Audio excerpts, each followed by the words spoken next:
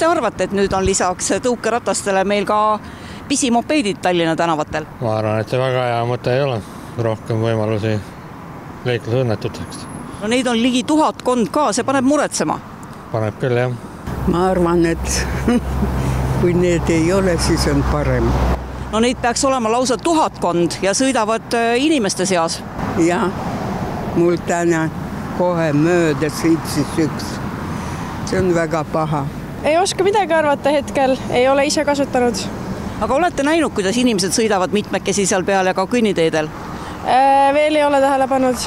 Ma arvan, et need ei ole otseselt nii vajalikud, et paljud noored lihtsalt kasutavad neid niisama kihutamiseks. No tegelikult alaealised ei tohi üldse nendega sõita. Ja, et ma lugesin ka, et nad saavad lihtsalt kuidagi väga lihtsalt ligi ka, et ei ole väga hea arvamus.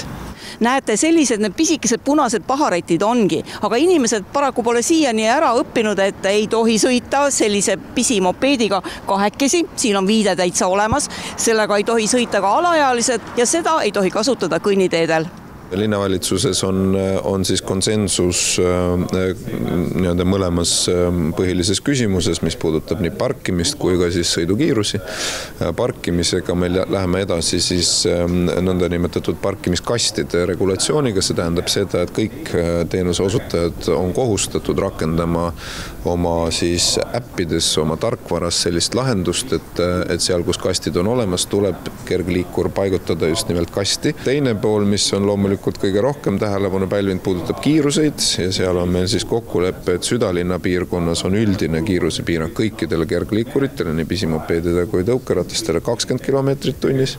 Vanalinnas on kiirusepiiranguks 10 kilomeetrit tunnis, sest seal me tegelikult üldse ei taha neid kergliikureid näha. Ja siis ohtlikemas kohtades, milleks on siis pargid, haridusasutused, ühistranspordipeatused, seal on siis üldine kiirusepiirang siis 15 kilomeetrit tunnis. Peamine probleem pisimopeedidega on see, et alaealised kasutavad neid.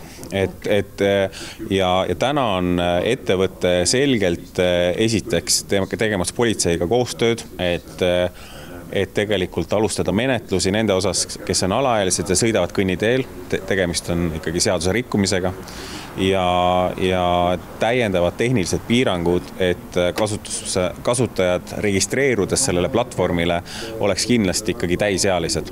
Ma usun, et kui need asjad korda saab ja tõepoolest pisimopeede saavad ainult täisealised kasutada, siis lahenevad paljud siis liiklusseaduse rikkumised samuti. Tegelikult on tegemist probleemiga, sellepärast, et sõidukeid on palju.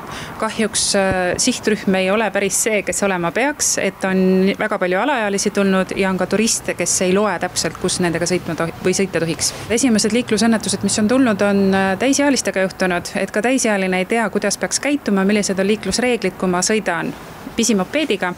Et tõepoolest, et kahjuks prognoos on selline, et need õnnetusi võib veel tulema hakata.